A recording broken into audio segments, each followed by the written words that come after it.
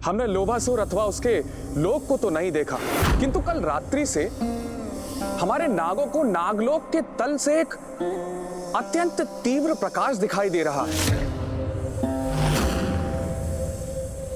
ये प्रकाश अवश्य उस धन का ही है जो उसने कुबेर जी के धन कोष से उठाया है।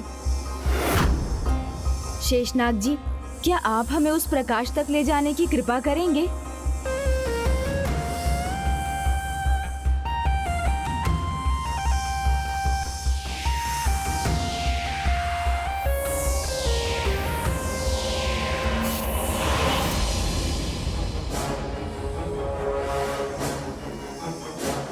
मैंने उचित ही समझा था।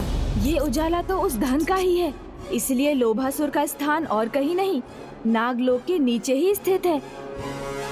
तो फिर अब विलंब कैसा अनुज? चलो शीघ्र अतिशीघ्र उस दुष्ट के पास पहुंचकर देवताओं के सभी रत्नों के साथ साथ कुबेर जी का धन कोष भी प्राप्त कर लेते हैं। नहीं भैया, ऐसे नहीं। वहां जाने के पूर्व हमें अपनी योजना निर्धारित करनी होगी, अन्यथा वो दुष्ट लोभासुर पुनः कोई कपट कर सकता है।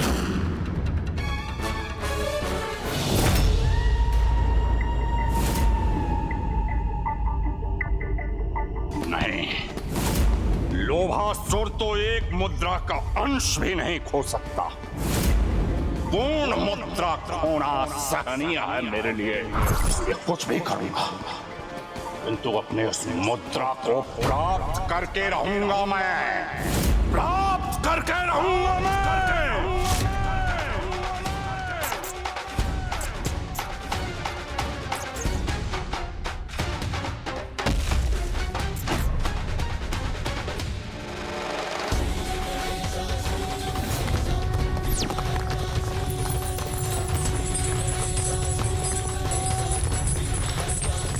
ये भूकंप कैसे उत्पन्न हुआ?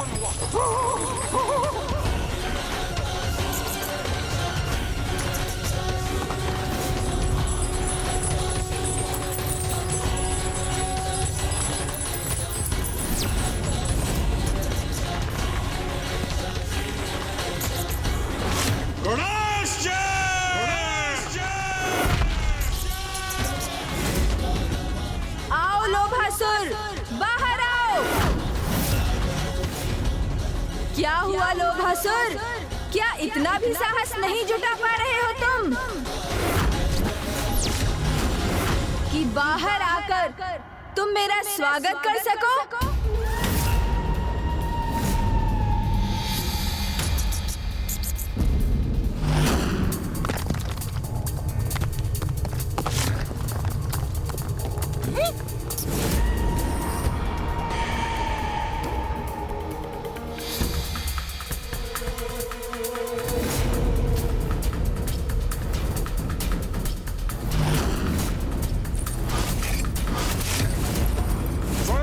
जगमगाहट से भरे मेरे इस लोहितपुर में मैं आपका स्वागत करता हूँ। सराहना भी करता हूँ आपकी कि 3 अबूझ पहेलियां आपने सुलझा ली। मुझसे भूल हुई, आपकी चतुराई का मैं अनुमान नहीं लगा सका, किंतु मेरा विश्वास कर भूल तो आप भी कर रहे हैं गणेश जी। मुझसे वो रत्न और ये धन प्राप्त करने यहाँ तक पहुँच गए जो मैं आपको कदापि नहीं दूंगा। मत भूलो लोभासुर, वचन दिया था तुमने। तुम्हारी पहेलियों को सुलझाकर तुम तक पहुँचने पर समस्त धन, रत्न, माता कामधेनु, दिव्य वृक्ष, कल्प वृक्ष और अश्व उच्च श्रवा को लौटाने का वचन। हाँ, स्मरण है मुझे, दिया था, वचन दिया था।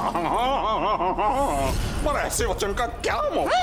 किंतु वो अमूल्य रत्न और धन से वंचित रहकर उनके अभाव को कैसे स्वीकार कर सकता हूँ गणेश जी? नहीं नहीं गणेश जी, नहीं, ऐसी मूर्खता तो कदापि नहीं करेगा लोभासुर।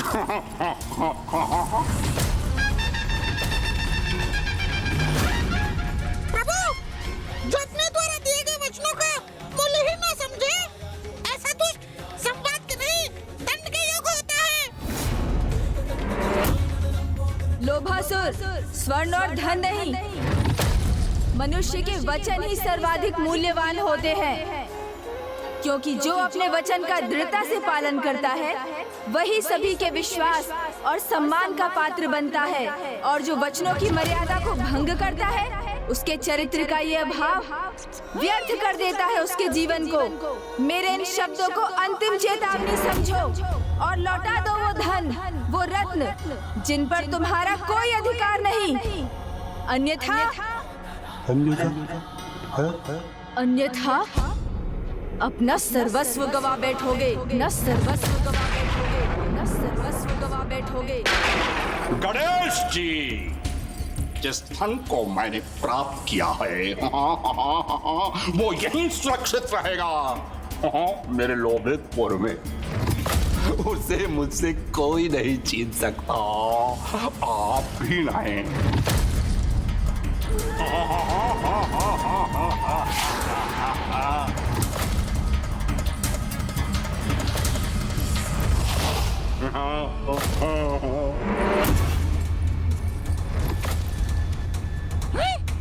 और ऐसा करने से लोभासुर रोकेगा आपको।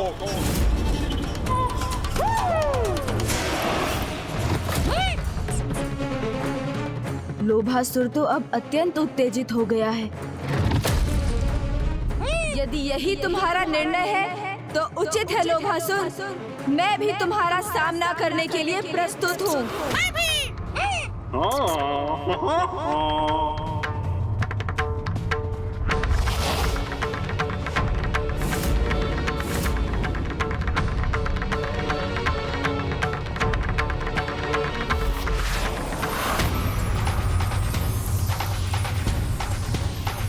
यह कैसा प्रकाश है?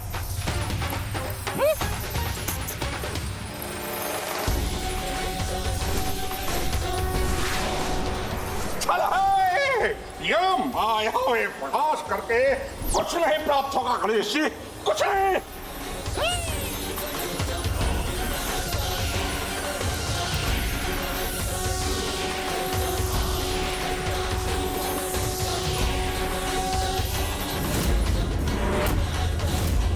देखिए गणेश जी, मेरी दृष्टि को बाधित नहीं कर सका आपका यह प्रकाश। इसे उत्पन्न कर मुझे भयभीत करने के प्रयोजन में विफल हो गया।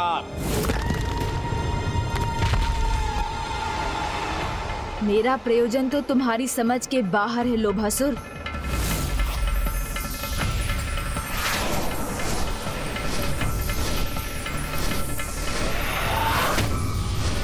इस तीव्र तेज प्रकाश द्वारा क्षण भर के लिए तुम्हें नेत्रहीन कर भैया के भीतर जाने का मार्ग प्रशस्त करना, यही तो मेरी योजना थी दुष्ट, जिसे सफल करने के लिए बस कुछ समय और तुम्हारी इस उत्तेजना का लाभ उठाकर तुम्हें यहीं स्थिर रखना है मुझे। अच्छा, तो अपने दिव्य अस्त्रों का प्रयोग कर मुझे आतंकित करना चाहते हैं आप? तो मेरा ये मायावी अस्त्र आपके अस्त्रों को प्रयोग करने का अवसर ही नहीं देगा। इसके पूर्व कि आप मुझ पर वार करें, मेरा ये मायावी फांस आपको बंदी बना लेगा।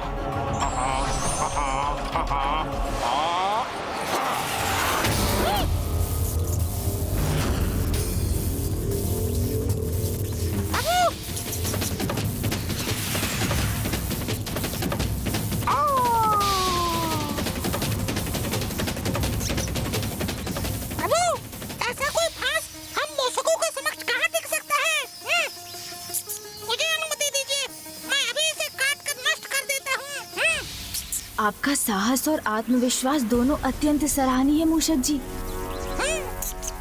किंतु आप भूल रहे हैं, हमें इस फांस को नष्ट कर इससे मुक्त नहीं होना है। अभी तो इसमें उलझकर लोभासुर को यहीं उलझा कर रखना है। इस दुष्ट लोभासुर को यही समझाना है कि वही इस युद्ध में विजयी हो रहा है, तभी तो हमारी अपनी योजना सफल होगी। प्रभु तो उचित कह रहे हैं, अभी मुझे स्मरण हुआ है।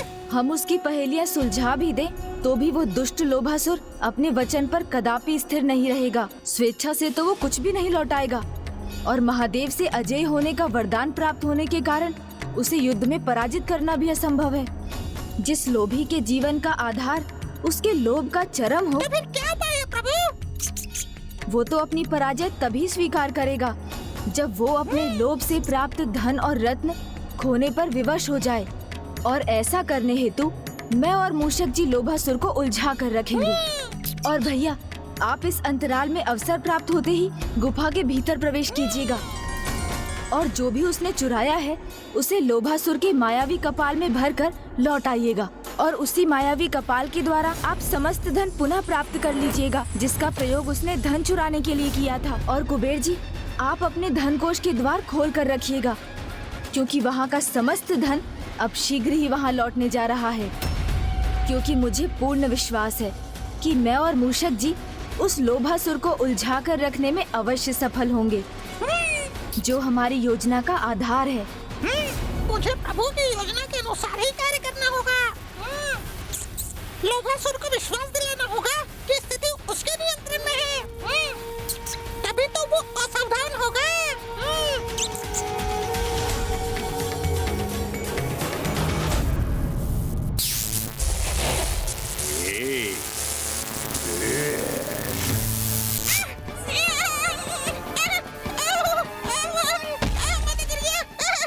ये लोभासुर की फांस है मूषक, किसी आखे तक का जाल नहीं है। हाँ प्रभु, यदि इसे मैं नहीं काट सका तो फिर इसे काटना तो असंभव ही है। उचित कहा तुमने। मेरे मायावी फांस का कोई काट नहीं है, कोई पंडित इसे खंडित नहीं कर सकता। अभी तो मेरी ये सफलता का आरंभ है गणेश जी। देखिए ना, आप मुझे अपने फांस के वार से बंदी भी नहीं बना सके, किंतु मैंने आपको बंदी बना लिया गणेश जी। और क्षमा करिएगा गणेश जी, आप इस अवस्था में तब तक रहेंगे जब तक हमारे महानायक भंडासुर जी की तपस्या संपूर्ण नहीं हो जाती। नमः शिवाय, ओम नमः शिवाय, ओम नमः शिवाय, नमः शिवाय। और गणेश जी, आपका उनकी तपस्या से दूर रहना ही उचित है, नहीं तो आप विघ्न करता गणेश जी उनकी तपस्या में विघ्न न उत्पन्न कर दें। मेरे मन में क्या विचार है ये तो तुम्हें शीघ्र ज्ञात हो जाएगा दुष्ट लोभासुर।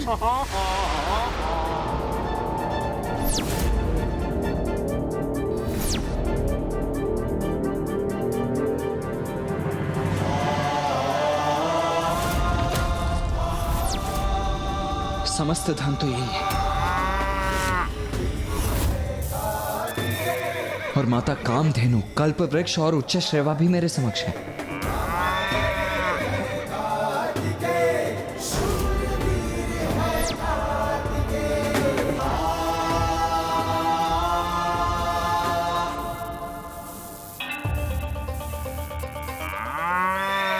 तो अब बस इन सभी को यहां से ले जाने हेतु उस मायावी कपाल को ढूंढना होगा मुझे, किंतु ये है कहां?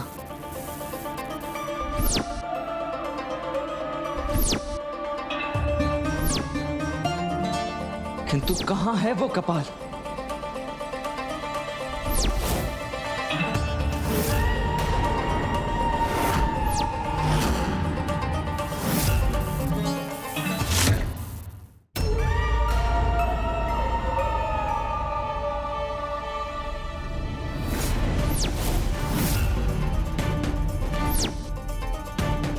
यहां सिंहासन के निकट तो नहीं है।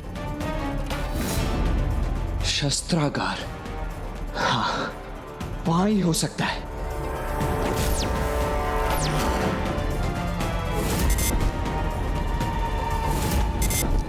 यहां भी नहीं है। फिर कहां है वो कपाल? मुझे तो उसे ढूंढने में ही इतना अधिक समय लग रहा है। तो फिर अनुज गणेश को कुछ और समय उस दुष्ट को उलझा कर रखना होगा।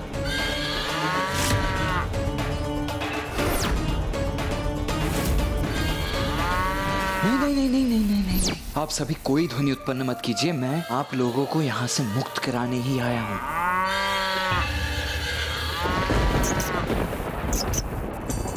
हाँ, अचानक क्या हुआ है इन दोनों को?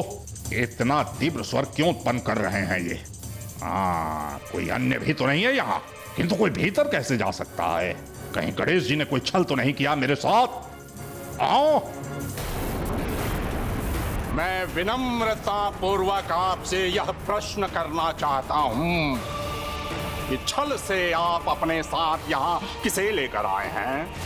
आए कौन गया है भीतर? अच्छाई और कौन? यहाँ अच्छाई के आगमन का आभास कदाचित दिव्य गौ माता कामधेनु और दिव्य अश्व उच्च श्रवा को भी हो गया है। मुझे भ्रमित करने का प्रयास कर रहे हैं गणेश जी, किंतु लोभासुर को छलना इतना सरल नहीं है। आप यहीं बंदी बने रहिए, मैं स्वयं जाकर देख लेता हूँ। ये तो भीतर क्या है प्रभु? और प्रभु कार्तिकेय अभी तक वहाँ से बाहर ही नहीं लौटे हैं। कुछ कीजिए प्रभु, इसे कुछ समय और उलझा कर रखिए ना। मिल गया उपाय। मिल गया?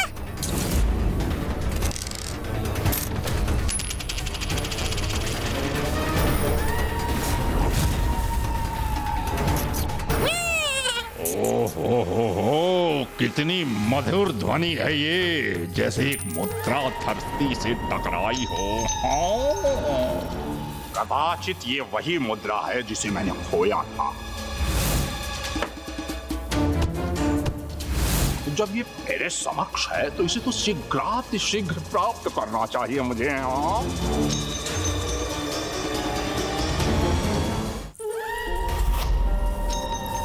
लोभासुर अपने लोभ के वश में आकर पुनः उलझ गया।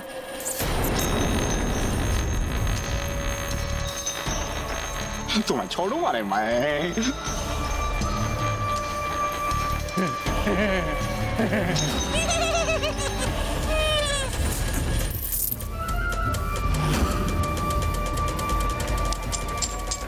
तुम्हारे कारण मेरे सारे आभूषण गिर गए। गिरने दो यार, ये तो यहीं रहेंगे, कभी भी प्राप्त कर सकता हूं इन्हें। किंतु मैं तुम्हें प्राप्त करके रहूंगा।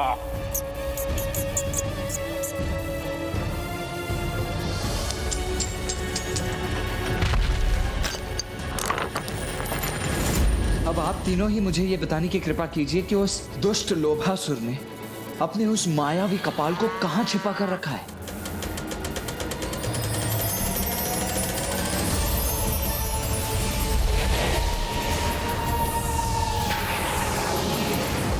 ओह, तो ये कारण था कि इतना ढूंढने के पश्चात भी मैं उस मायावी कपाल को अब तक नहीं प्राप्त कर सका।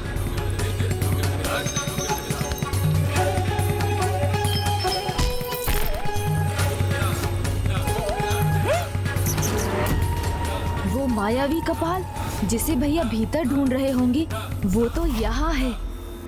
किंतु उस मायावी कपाल को तो उस दुष्ट ने अपने तन से ही बांध कर रखा है, तो अब उसे कैसे प्राप्त करूंगा मैं?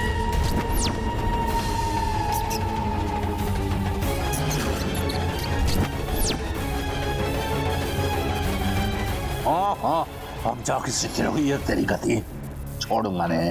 हाँ।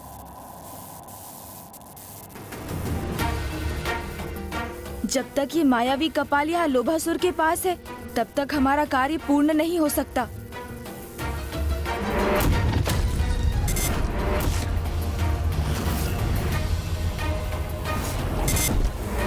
तो अब जाके ज्ञात हुआ है मुझे आपका छल। मेरा अनुमान उचित ही था, कोई अन्य भी है यहाँ।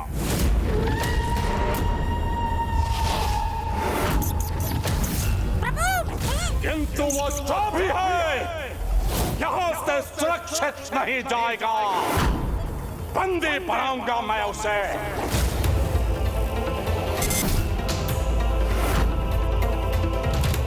मूषक जी, जब कोई योजना विफलता की ओर बढ़ने लगे तो हमें शीघ्र उसके विकल्प का प्रयोग करना चाहिए। हाँ प्रभु। रुको लोभासुर, रुको लोभासुर, रुको लोभासुर।